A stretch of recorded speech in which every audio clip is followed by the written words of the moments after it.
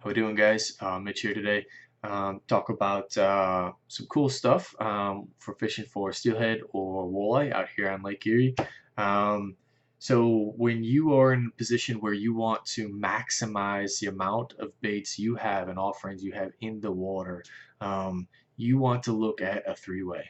All right, the three-way offers some versatility that you don't get in a standard style of fishing. So typically you're fishing, you're going to grab something like maybe one of these hot and tots and you're going to toss it out there, and that's that, right? You're only going to really be adjusting the depth at which you fish. You're going to be adjusting the speed at which you fish. All right, you're not going to be fishing extra lures off this pole. That's just it. It's going to be this hot and tot, chartreuse and chrome, great color, love it, one of my personal favorites. But you're not going to be maximizing that rod to its utmost ability. Here in Ohio, fishing Lake Erie and its tributaries, we're allowed 3 hooks per line. All right, 3 hooks. Now, you see, obviously here we only have 2 hooks on this. All right, which means our pole technically could have 1 more hook on it. All right.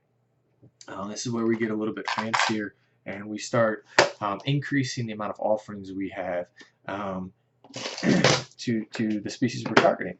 Now, steelhead and walleye will both hit a spoon. And there are certain times when you want to be fishing a spoon. But I prefer to always fish a spoon in addition to always fishing a crankbait. Again, hyper efficiency is the name of the game. When you're trolling and covering water, you want to have as many baits out there as possible, and the best way to do that is a 3-way rig. This rig is what I'm going to show you right here, but if you look, I'm going to grab this one. This spoon probably looks familiar to a lot of guys out there. Barney STD colors, great colors. I fish a lot of purples personally with spoons. So you know, maybe you pair these 2 up because you know chartreuse is really working. You know, chartreuse is working, so you're gonna pair these 2 up, and you know you got 1 hook here, you got 2 hooks there. There's your 3 hooks. Everything's fair game now.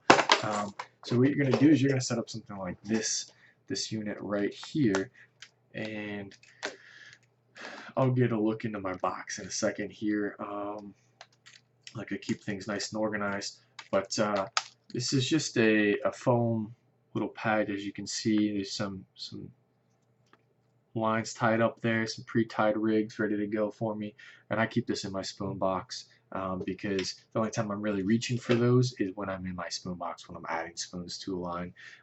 So what we have here is a 3-way setup. All right, so this 3-way setup is pretty simple. You have a 3-way swivel. Now with a 3-way swivel, you want to make sure and then be very, very confident that you have a great 3-way swivel. Do not buy those Eagle Claw 3-way swivels or anything like that. You can see that pretty good, it looks like. You want to make sure you actually have ball bearings in your swivel. So these, I get online, but these are great swivels. They do the job. Obviously, you can see they are legitimately just 2 swivels looped together with a couple beads between them. And so this is a great unit. I love this unit. This is exactly what I use all the time. Now we'll have 2 pieces of line coming off it. Obviously, you've got the top piece. This is going to go back to your main line. Then you're going to have this one. This middle one is going to run to your spoon because your spoon isn't going to sink as far into the water profile as your deep diving bait is, or even your shallow running crankbait. Doesn't really matter. Once you run a crankbait, that crankbait wants to dive down, and then that spoon is just going to kind of flutter up above it. This allows you to get 2 presentations in the water and be hyper efficient with your fishing. The last thing you want to do is go out there and waste your time fishing or drive around longer than you need to if you're looking just to fill a cooler, or if you're, I don't know, fishing in the fall brawl, the walleye fall brawl, for example. You want to make sure you have the most amount of baits in the water as possible because you never know what that fish is going to want. We think we do. We all say we know exactly what they're fishing, what they're looking for, but you never quite know. You never know what's going to be the hot bite. So this allows you just offer 2 baits per line, and if you're running a 2-rod rig and you're out by yourself, now you got 4 baits in the water instead of 2 baits in the water, and it's not that difficult. People get intimidated by the rig. My dad is my partner. He's my fishing guy. Till we go out, who I go out with all the time. He didn't like the rig at first. He was very apprehensive. He was concerned with it just being too clunky, it getting tangled up and all this stuff. And every time we get out on the boat, I show him time and time again it works. And now he doesn't even second guess it. Like, he just uses it. Only thing I do when I get on the boat, or he does when I get on the boat, is he steals my three-ways so he can tie some more. So, well, yeah. So from the three-way, you just got to tie on a leader. All right. I use fluorocarbon. I use fluorocarbon for just about everything. My main line is going to be mono. So I got the stretch and the give there if I am looking for steelhead, or if we are running into pods of steelhead.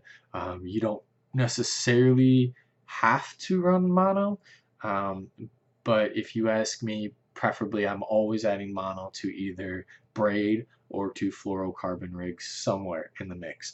All right, if I'm running a braid mainline or I'm running mono mainline, then I've got some thinking to do there. So if I'm running mono mainline, then I'm fine with a fluorocarbon leader, because that is going to be clear, which is what you want. They're not going to see it, but it doesn't have the shock absorption that is needed when you're fishing big fish and heavy, hard-hitting fish like a steelhead. Walleye doesn't really matter. At the end of the day, they're not. They're game fish, but they're not a sport fish. You know, it's not like a mini tarpon, which I like like in a steelhead too. A lot of times, they hit like a Mack truck and they just zing out there. They're gone. So we use good quality swivels, three-way swivels, and then we tie on snaps. All right, you don't need another swivel down here. It's completely unnecessary. In fact, all you really are doing is adding more terminal and more cost to your rig that you don't need to do. You don't need it spinning down here. It spins up here in the three-way area. All right, so if you have this swivel going, and this is a good swivel with a bearing in it, you don't need another swivel down here. It's completely unnecessary. So we just tie on snaps, make it nice and easy, and we can just change out our baits as we need it. The other great thing about doing this rig this way, instead of tying directly into your main line, which some guys might do, is that I can take this off. So I have a snap, just a snap tied to each of our trolling rods. And from that snap, we can just unclip it, wrap it up, call it a day, throw it in the box. And then we can just snap that to the trolling rod, to the hook latch, and then just tuck the rod away. You don't have to worry about it anymore, because otherwise you have a second line hanging off somewhere that you got to kind of figure out what to do with, and that's just cumbersome. It's just too much work. So grabbing something like this, or those Lindy, the rolls, sushi rolls or something of that nature, whatever they call them now, for worm harnesses. Those are great units. Just roll them up on there, throw a safety pin in it, tack pin, whatever you got, keep it in place, and not unraveling. Which is a quick, easy way to do it. So essentially what we're able to do with this rig is we're going to run, well, maybe this is a bad example. Let's flip the box over real quick.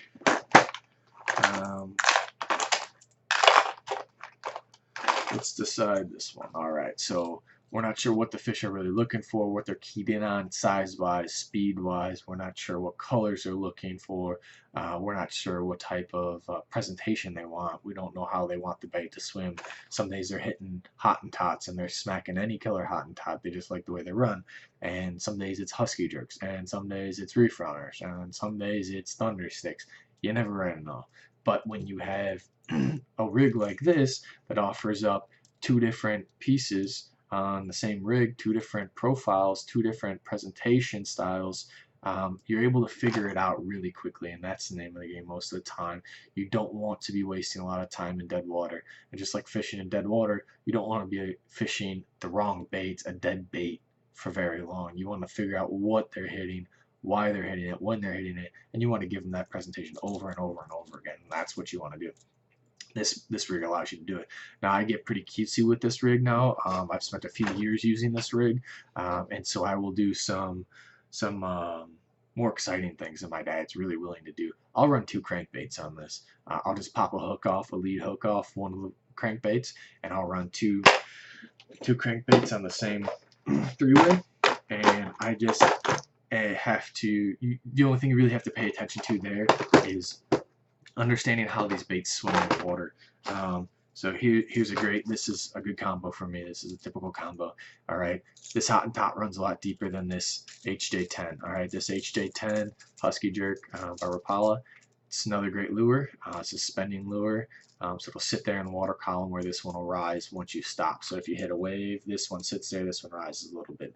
But this one's so much further down than this one. There's a few feet of separation there. So not only are you offering up 2 different baits in 2 different colors, in 2 different styles, and presentations the whole 9 yards, you're also able to hit 2 different water levels. All right, so this one might be swimming at 23, and this one's right up here at 20 foot. All right, and that 3 foot difference might make the difference in the fish you're catching. Right, so those fish might be suspended at 23. All right, if you don't catch that at time, and you blow this bait through there at 23, you might spook the pod, but they might also see this one up at 20 foot, and they might just run straight up there and kind of get out of the way and just go snag a bait, right? Thinking they're gonna get a nice easy lunch.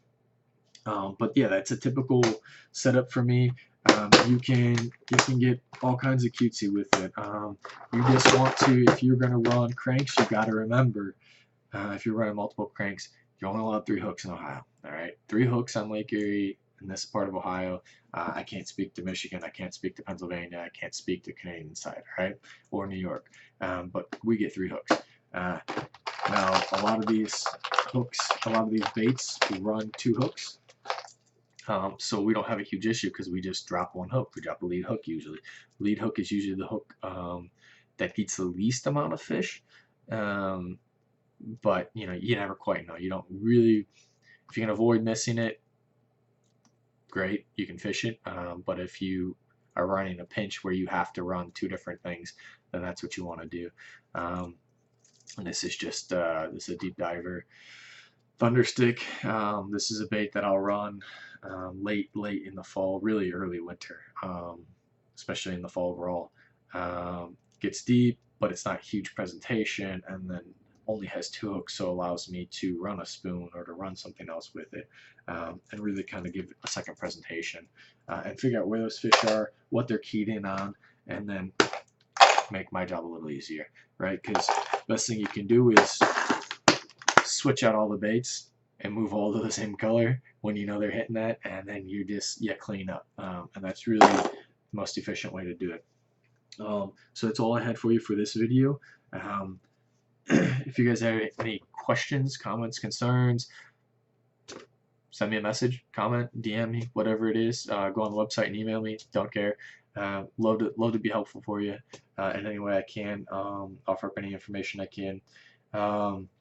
Yeah, if this information was great for you, like it, subscribe, share it, let other people know about it. Get the word out there. This is a tactic that I don't see many people doing, and I don't understand why. But I think what it is very intimidating. Just like my pops, for example, he's old school. He knows what he likes to do. He wants to do the same thing, kind of set in stone. I am not like that. I'm a younger generation, so I'm always trying to try new things, trying to get my feet wet. I think that's what it is. Tell me what it is. You tell me why you wouldn't try it. Tell me why you would try it. And then maybe we can find some common ground and figure out how we can tailor this idea for maybe what you're doing or what someone else is doing, and get it to work for maybe crappie. Who knows? Maybe this is a great thing for crappie fishing. Apparently you guys troll. I had no idea. That blew my mind when I found out about that. So yeah, maybe this is something that works for you guys, and you haven't applied it yet. You don't know how to apply it. Let's figure it out. Let's do it. That's what I'm here for. Again, Mitch, love to hear from you guys. See ya. Bye.